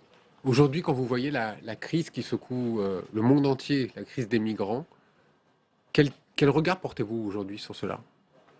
Je vois ça avec une très très grande tristesse, parce que tous ces gens qui souffrent, qui se noient en Méditerranée, qui reçoivent des bombes, c'est épouvantable. On devrait tout faire pour que vraiment que la violence s'arrête dans cette région du monde qui souffre depuis très longtemps en plus. Mais ce sont des vagues entières qui vont arriver. Le ministre de la Défense disait ce matin, ce sont plusieurs centaines de milliers de personnes qui pourraient arriver. Vous savez qu'avec le réchauffement climatique, toute l'eau de la Chine et de l'Inde vient de l'Himalaya. Et dans pas longtemps, il n'y aura plus de neige. Donc il y aura presque 3 milliards d'individus qui vont arriver ici. Que vont dire les gens du 16e arrondissement? Ça ne concerne pas forcément que les gens du 16e arrondissement.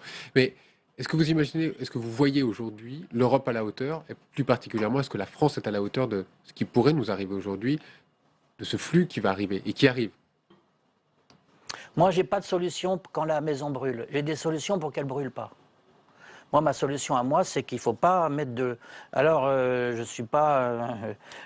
j'ai entendu Dominique de Villepin, et pour une fois, il a dit un truc intelligent. Il a dit, on n'arrête pas une guerre avec un lance-flamme à la main. Ça me semble être du bon sens. ben, il faut tout faire pour rapprocher les points de vue. Et puis, c'est pas tout à fait vrai que ces gens qui sont épouvantables, on va pas les défendre. Mais on nous dit partout que c'est pour défendre, ils veulent nous imposer Mais non, ils veulent pas nous imposer leur façon de voir.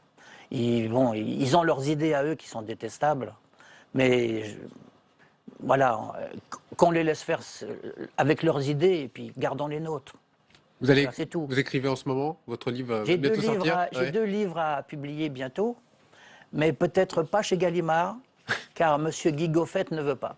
Ah, là, on en reparlera une prochaine fois. Alors on en reparlera. Exactement. Merci beaucoup, Alexandre Romanès. Merci de m'avoir invité. Merci beaucoup, Mickaël. Merci. Il est 16h sur Public Sénat. Tout de suite, le rappel des titres. L'Europe au pied du mur face à la menace terroriste. Il y a urgence pour les 28 à s'accorder sur des mesures sécuritaires. Une réunion d'urgence a lieu à Bruxelles cet après-midi, alors que la réforme de Schengen était au menu de la Commission des affaires européennes du Sénat. Analyse et décryptage à suivre. La loi travail connaîtra-t-elle un nouvel élan? Une nouvelle version a été présentée ce matin en Conseil des ministres. La contestation reste vive contre ce texte. La manifestation à Paris a dégénéré. 2 voitures ont été brûlées et 15 personnes ont été interpellées selon des sources policières. La réforme constitutionnelle peut-être pas définitivement enterrée. Gérard Larcher, le président du Sénat, a rencontré François Hollande hier. Une conversation franche entre les 2 hommes qui pourrait faire bouger les lignes et avancer jusqu'à un compromis, ce qui permettrait la réunion d'un congrès. Les explications dans notre édition. Et je vous rappelle que vous pouvez réagir à tous nos débats sur Twitter, #Sénat360. Pour nous accompagner cet après-midi jusqu'à 16h30, notre journaliste en direct du Sénat, Saveria Rojek. Le multiplex, c'est tout de suite.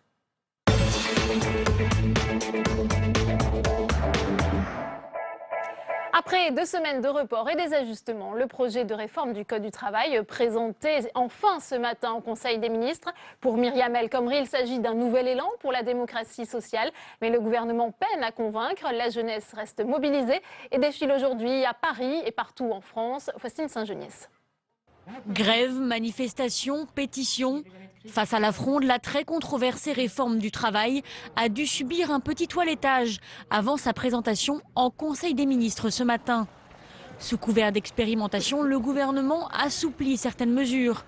C'est un vrai nouvel élan pour la démocratie sociale dans notre pays, puisque ce texte marche sur 2 jambes. Il est équilibré, à la fois des nouvelles souplesses aux entreprises pour améliorer la compétitivité de notre économie, et puis de nouvelles protections, de nouveaux droits pour les salariés. Premier changement majeur, le plafonnement des indemnités prud'homales disparaît. Casus belli pour les syndicats, il est remplacé par un barème indicatif. Autre mesure demandée par les syndicats réformistes, le renforcement du compte personnel d'activité, tout comme la généralisation de la garantie jeune. Parmi les suppressions réclamées et obtenues, les PME ne pourront plus conclure des forfaits jours de gré à gré avec leurs salariés. Plus question non plus de fractionner le temps de repos de manière unilatérale. Restent plusieurs sujets polémiques en suspens. La possibilité pour les syndicats minoritaires signataires d'un accord de consulter les salariés par référendum pour valider le résultat. Elle ne sera pas supprimée mais verra son champ limité. Le point d'achoppement majeur reste les licenciements économiques. Le gouvernement a réécrit l'article à la marge, malgré les revendications syndicales. Manuel Valls souhaite une adoption dès cet été. Le texte doit faire l'objet d'une procédure accélérée. Et on retrouve tout de suite Saveria Rojek en direct de la salle des conférences du Sénat avec la sénatrice socialiste, ancienne ministre Nicole Bricq, pour lui poser la question: que pense-t-elle de cette nouvelle version présentée ce matin ? Nicole Bricq, Myriam El Khomri, Myriam El Khomri parle de texte équilibré. Est-ce que vous soutenez cette nouvelle version de la loi travail? Est-ce que la réforme, d'une certaine manière, n'a pas été dénaturée? Pas du tout. Je crois que le gouvernement a su trouver, dans la concertation qu'il a menée vraiment très activement pendant 15 jours avec les organisations syndicales et patronales, la voie du compromis. Moi, je me serais contentée de la première version, mais j'ai bien compris qu'il y avait un contexte auquel il fallait répondre. Je pense que cette voie réformiste, critiquée à gauche et à droite, est la bonne pour que la France fasse cette réforme importante. Alors justement, cette réforme encourage, en tout cas c'est l'esprit du texte, encourage avant tout la négociation. Pour vous, justement, c'est la bonne réponse contre le chômage de masse? Ce texte peut vraiment changer quelque chose? Oui. dans la durée parce qu'il modifie la culture des rapports sociaux en France en reconnaissant notamment pour tout ce qui concerne le temps de travail, la négociation au niveau de l'entreprise, c'est-à-dire au niveau du plus près des salariés. Je pense que c'est vraiment la bonne méthode. Alors, c'est vrai que ça modifie le paradigme culturel habituel. Mais ça va fluidifier ces rapports? Ah, ben certainement. D'abord, ça oblige à discuter et à conclure. Et si on ne conclut pas, il y a aussi la possibilité de faire ratifier les accords, même s'ils sont minoritaires, par les salariés. C'est quand même. Est-ce que les syndicats, les jeunes qu'on entend beaucoup justement cet après-midi dans la rue, ont raison d'avoir peur de l'avenir, d'avoir peur de ce jeunes n'ont pas de raison de manifester, sinon peut-être qu'ils veulent exprimer un sentiment d'être exclus de la marche des sociétés, notamment pour ceux qui n'ont pas de diplôme, pour ceux qui sont en échec scolaire et en échec par rapport à l'emploi. Je peux comprendre cela, mais compte tenu des modifications fort importantes apportées par le gouvernement, qui accordent un droit universel à la garantie jeune, c'est-à-dire qu'ils auront non seulement une rémunération pendant 1 an, mais en même temps ils seront accompagnés vers une formation ou vers l'emploi.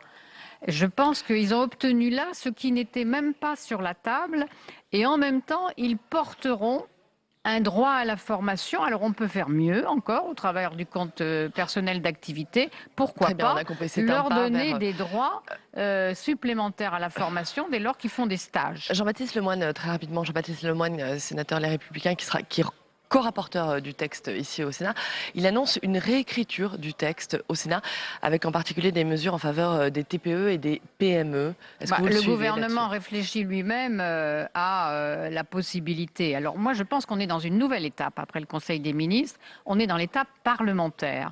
Maintenant, il y a la capacité de faire des amendements. Et le Sénat le Sénat prendra sa part, comme il l'a fait, majorité-opposition, comme il l'a fait sur la loi Macron. Et du reste, je note que des demandes de la droite qui étaient faites dans la loi Macron sont en partie et même en totalité satisfaites.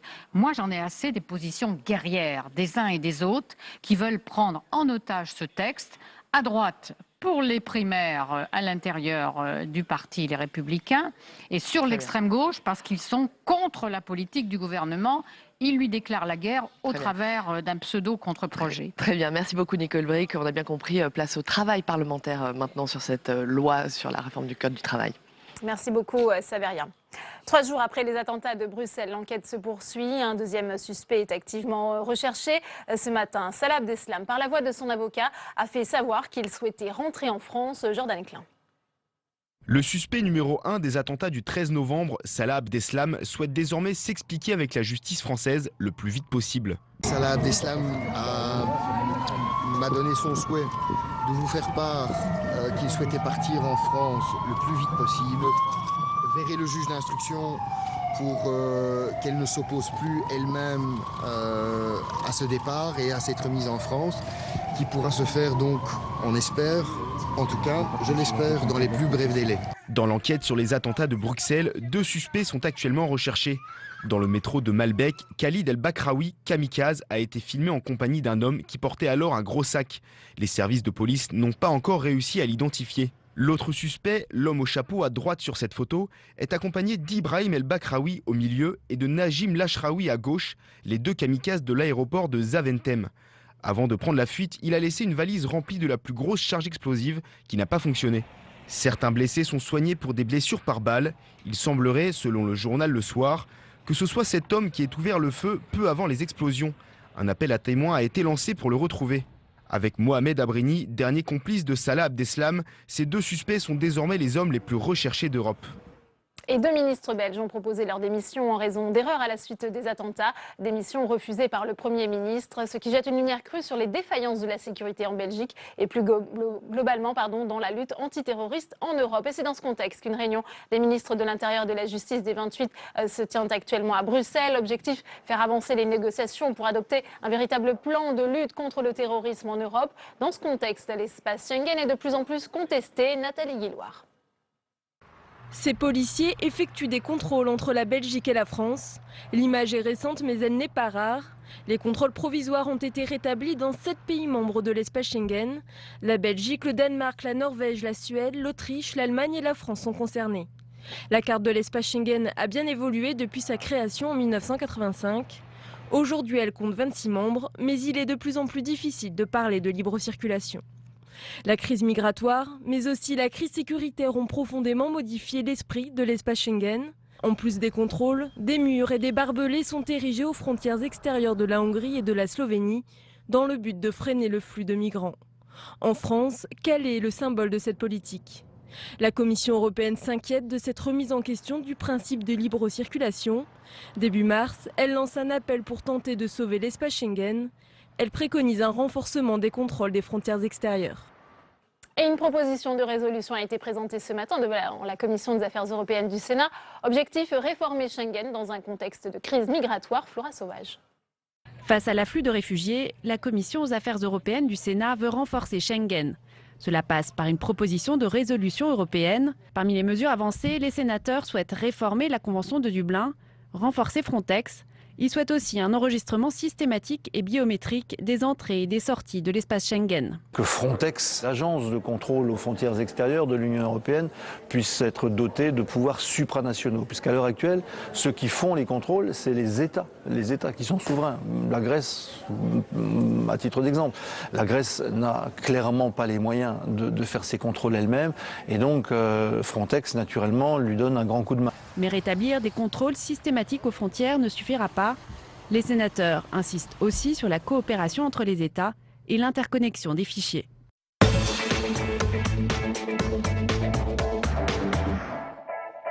Et on ouvre le second débat de Sénat 360 avec mes invités sur ce plateau. Pierre Berthelet, bonjour. Vous êtes chercheur à Sciences Po Lille, chercheur en sécurité intérieure européenne, ancien conseiller ministériel. Merci d'être avec nous. J'accueille également Jean-Yves Lecomte, bonjour. Bonsoir. Sénateur socialiste représentant les Français établis hors de France. Et vous êtes avec André Reichardt, un des rapporteurs de ce texte présenté ce matin devant la Commission des Affaires européennes sur la réforme de l'espace Schengen et la crise des réfugiés. Christian Cambon est également avec nous. Bonjour, sénateur Les Républicains du Val-de-Marne.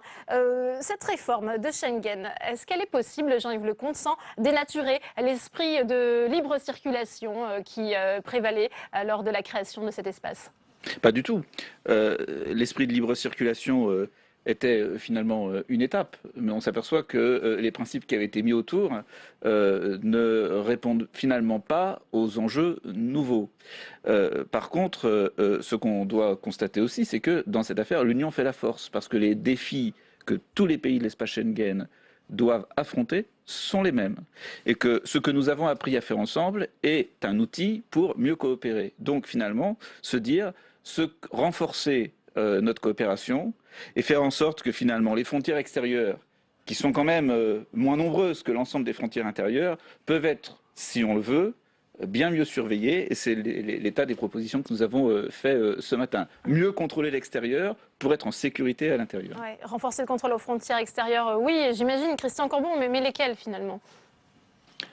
Écoutez, je crois que effectivement la situation par rapport à l'esprit de Schengen a considérablement évolué sur le plan international, et donc il faut prendre un certain nombre de décisions qui permettent de renforcer les moyens. L'agence Frontex a, je crois, 145 millions de budget, et les États-Unis, pour protéger leurs frontières, dépensent 33 milliards. Donc il est manifeste qu'on n'a pas su ou voulu donner à temps les moyens à ce qui était une bonne idée, car le fait de vouloir protéger collectivement les frontières était certainement la meilleure idée possible. Alors maintenant, on est dans une situation où on laisse ces malheureux Grecs gérer un flux ininterrompu de réfugiés, dans lequel se glissent, ça a été prouvé à plusieurs reprises, des gens qui ont quand même des intentions excessivement toxiques.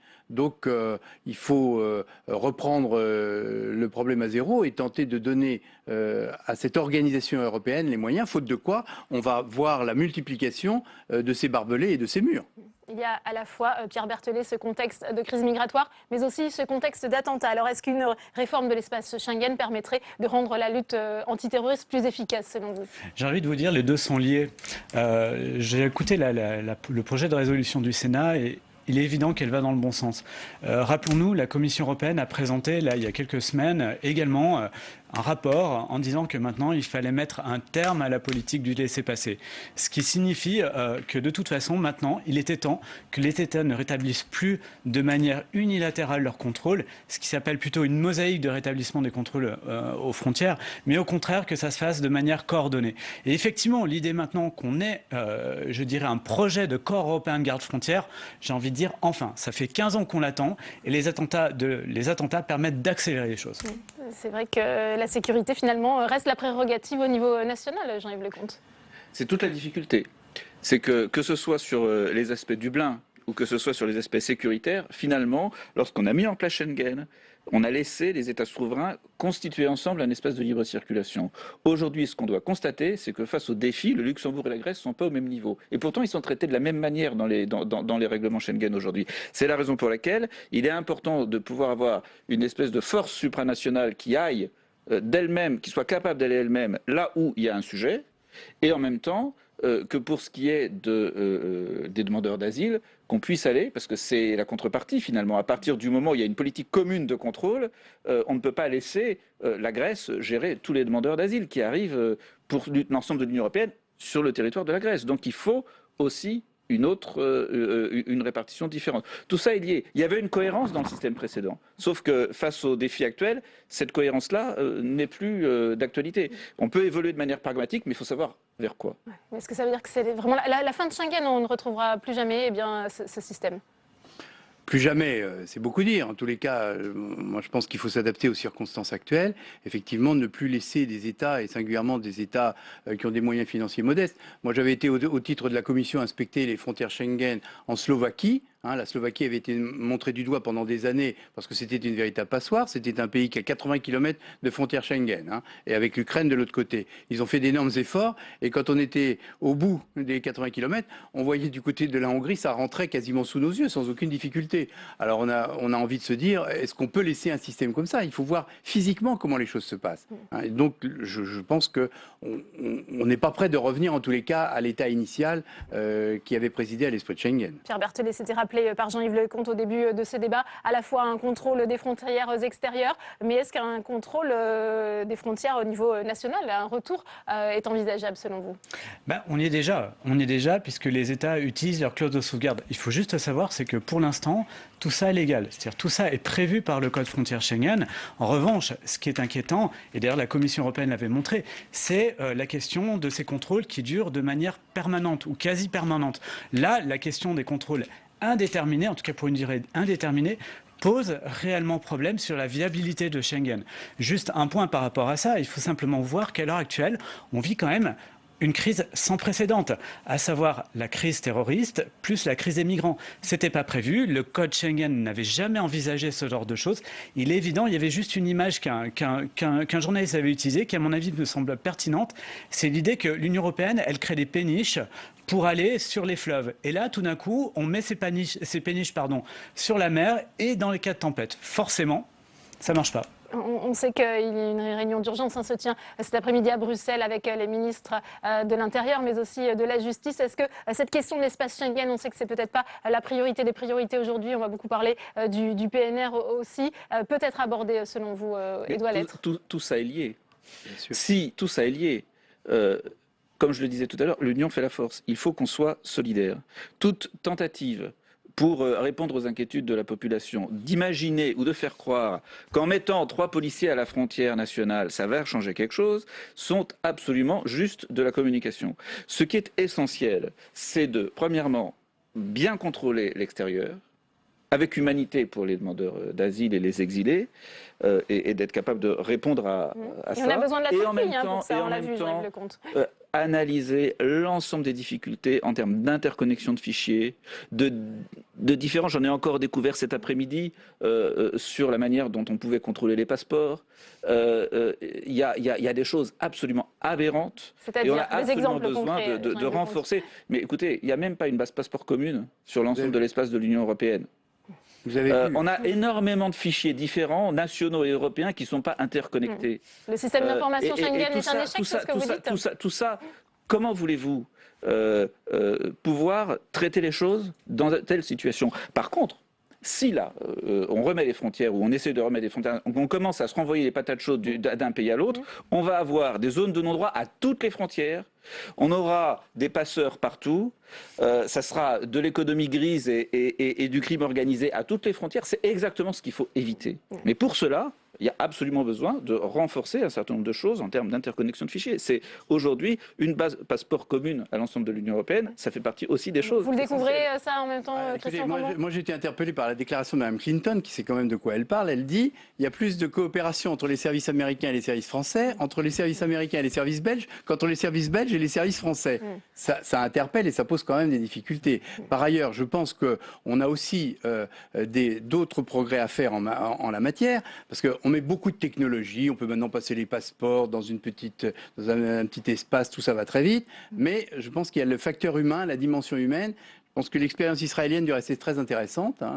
On ferait bien d'aller voir ce qui se passe du côté de l'aéroport Ben Gourion à Tel Aviv, où on voit effectivement, c'est l'aéroport le plus sécurisé. C'est l'aéroport le plus sécurisé du monde. Bon, or il y a toute une dimension notamment des profileurs. Vous êtes contrôlé dès que vous entrez sur l'espace de l'aéroport, dès le parking, etc. Il y a un certain nombre de mesures, alors que chez nous, on met beaucoup de technologie et puis finalement pas beaucoup de dimension humaine. Or, on s'aperçoit par l'habileté et l'incroyable aisance de ces réseaux qu'il faut aller plus loin et pas simplement photographier les gens après les attentats. C'est très bien d'avoir leurs photos, mais il faudrait mieux les avoir avant. Et dans ce contexte, des sénateurs, des parlementaires de droite adressent une lettre à Manuel Valls concernant la situation des douanes françaises. Ils demandent au Premier ministre de geler le plan stratégique douane 2018. On a encore besoin de moyens humains encore aujourd'hui. Bien sûr, je pense que, vous savez, dans cette affaire, il est inutile d'opposer la droite et la gauche. Je crois que nous sommes tous conscients des enjeux. Chacun apporte son idée et sa coopération sur la meilleure utilisation des moyens humains qu'il est pas si facile dans ces temps de disette financière de mobiliser. Donc le corps des douanes est évidemment très important puisque par définition il est chargé aux aéroports, dans les ports, sur les routes d'exercer ce contrôle. Donc tout ce qui peut être mobilisé doit l'être et c'est une des suggestions que nous faisons effectivement au gouvernement. Pierre Berthelet, sur cet échec de la coopération entre les différents services de renseignement, on voit que la France et la Belgique avaient peut-être du mal à la communiquer effectivement. C'est clair, juste par rapport à ce que vous disiez, et ce qui est très pertinent, c'est tout le débat en fait entre ce qu'on appelle le HUMINT et le SYNJIT, c'est-à-dire en fait le renseignement humain et le renseignement technologique. Et les Américains s'étaient basés beaucoup sur ce renseignement technologique comme étant la panacée, et on voit bien que régulièrement ils s'en mordent les doigts. Maintenant, concernant effectivement la question de la coopération entre les services de renseignement, on a à l'heure actuelle, surtout sur les services de renseignement qui constituent vraiment des questions régaliennes, là on a des guerres de police au niveau national, pour ne pas les citer, l'ASDAT et la DGSI, et la DGSE aussi on les rajoute, et puis également on a cette guerre de police au niveau européen, et ce qui fait que paradoxalement les structures européennes ne sont pas alimentées. Je pense en particulier à Europol, ce qui fait que chacun collabore de son côté, chacun en concurrence avec les autres. Et à l'heure actuelle, finalement, quelque part, le problème de l'Europe, c'est qu'on est en train de mettre en place des structures qui fonctionnent ou qui sont susceptibles de fonctionner. Je pense à Europol, ou parlons de Schengen, la procédure de l'article 26, cette procédure qui permet le rétablissement des contrôles de manière concertée, mais les États membres ne les utilisent pas. Et c'est vrai qu'à un moment donné, c'est aussi aux États membres de prendre leurs responsabilités. Sur ce problème à la fois d'égoïsme peut-être au niveau national qu'il est temps de régler face à l'ampleur de la menace terroriste. Quelle est votre position, Jean-Yves Lecomte ? Je pense que là, on constate systématiquement les erreurs ou les choses a posteriori, on se dit auraient pu fonctionner différemment. Mais entre la France et la Belgique, on voit aussi depuis le mois de novembre, malheureusement, qu'il y a quand même aussi beaucoup de choses qui ont fonctionné, d'échanges d'informations qui ont marché. Malheureusement, pas tous. Mais c'est plus, je crois, dans les différences d'autorisation, de compétences de la police, des services de renseignement dans les différents pays de l'Union européenne, de leur capacité d'accéder aux différents fichiers qui sont différentes, qui fait que finalement chacun n'arrive pas à comprendre comment fonctionne exactement l'autre et tout ça est très difficile, mais finalement on a quand même une base de coopération qu'il ne faut pas défendre comme un dogme, mais qui semble être quand même quelque chose de suffisamment solide pour être une capacité d'être ensemble pour faire face aux défis. Et pas de se recroqueviller sur ses peurs, parce que là, pour le coup, on aura tout à réinventer. Je pense qu'on a aussi certainement à approfondir les capacités d'analyse, parce que les différents pays européens, singulièrement la France, accumulent beaucoup de données, beaucoup de renseignements. Mais il faut aussi savoir analyser ces renseignements. Par exemple, on vient de se rendre compte que finalement, à plusieurs reprises, les terroristes que l'on recherche rejoignent leur milieu naturel et ils sont parfois à 200 mètres de l'endroit où on les avait identifiés initialement, alors on pensait déjà qu'ils étaient en Turquie ou je ne sais où. Et donc, il y a toute une meilleure compréhension du phénomène à saisir. Les Américains, sur le plan de l'analyse, associent des ethnologues, des géographes, des historiens, des linguistes, pour essayer de bien saisir ce phénomène qui nous échappe, parce qu'on s'aperçoit que des bandes de 4 ou 5 échappent quand même à des armadas entières. Il y avait 800 ou 900 policiers qui étaient aux trousses d'Abdeslam. Bon, et on a mis 125 jours. On lance la pierre à personne. Mais enfin, le fait est là. Et il était à 200 mètres de l'endroit où on l'avait logé initialement.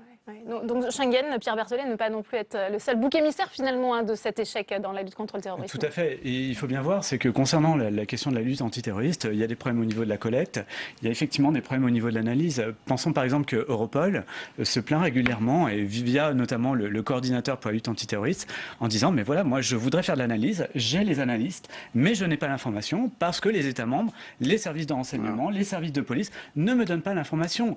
Et ensuite, maintenant, concernant Schengen en particulier, je pense effectivement que certains partis de la droite radicale proposent un petit peu comme étant la solution magique de rétablir les contrôles aux frontières. On voit déjà ce que ça peut donner lorsque les États membres rétablissent leurs contrôles aux frontières. Moi-même, je me rendais régulièrement en Belgique au moment où il y a eu le gouvernement rétabli les contrôles aux frontières. Et connaissant un petit peu, je dirais, la géographie, ayant également un bon GPS, je savais très bien comment faire pour éviter les contrôles aux frontières. Frontière franco-belge, c'est parfois en deçà et au-delà de la même rue. Enfin, ou parfois le même pavillon, la cuisine est en Belgique et le salon est en France. Alors c'est vrai qu'on a accusé peut-être à tort Schengen d'être responsable de ces attentats. C'est un faux combat selon vous ? C'est certainement pas Schengen qu'il faut accuser. D'ailleurs, la meilleure preuve, malheureusement, c'est qu'il y en a aussi ailleurs. Dans un pays qui surveille ses frontières comme la Turquie, il y en a beaucoup.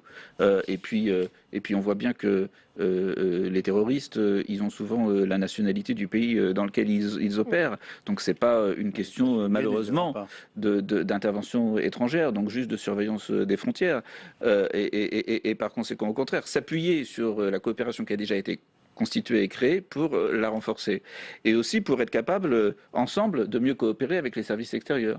Parce que là, pour le coup, on peut constater qu'il y a un certain nombre de pays avec lesquels nous arrivons à bien coopérer, et d'autres pays de la zone Schengen ne coopèrent pas avec la même qualité avec la Turquie, avec le Maroc, avec un certain nombre d'autres pays. Et ça, c'est pourtant essentiel, parce que c'est justement sur ce type de décalage que les gens que les criminels vont jouer. Ouais.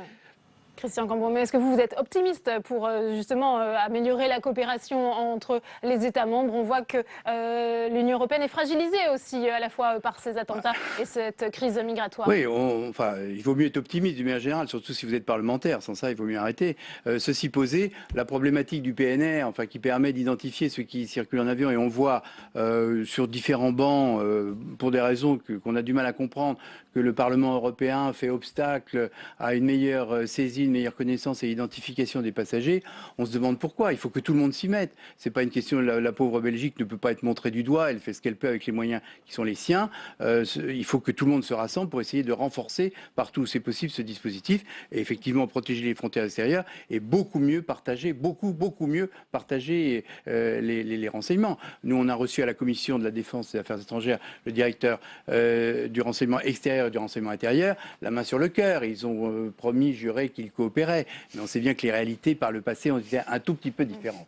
Pierre Berthollet, on peut s'attendre à une unité européenne face à cette menace terroriste en matière de sécurité intérieure et de coopération, ou est-ce qu'au contraire, ça peut peut-être accélérer l'explosion de l'Europe ? Alors, il y a une chose, il faut vraiment se méfier. Il y a un discours misérabiliste qu'on a depuis 2008 à peu près. On nous annonçait la mort de l'euro, après on nous annonçait la mort de l'Europe, et puis après la mort de Schengen. Et je pense qu'il faut arrêter avec tout ça. Il est clair qu'il y a une chose, c'est que maintenant, on ne peut pas réformer l'Europe par les traités. Ça, c'était terminé, ça s'est fait pendant 40 ans.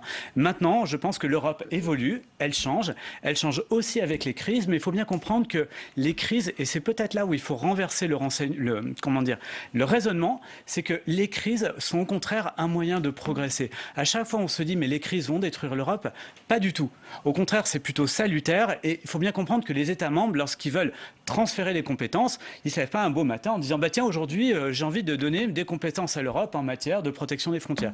Il faut qu'à un moment donné, il y ait une urgence. Et c'est exactement ce qui se passe. Eh bien, merci. Merci Pierre Berthollet, merci Jean-Yves Lecomte, merci Christian Cambon d'avoir participé à ce débat. C'est la fin de cette édition. Merci à vous de l'avoir suivi. Prochain rendez-vous avec Sénat 360 demain à 16h30. Bonne suite des programmes sur Public Sénat.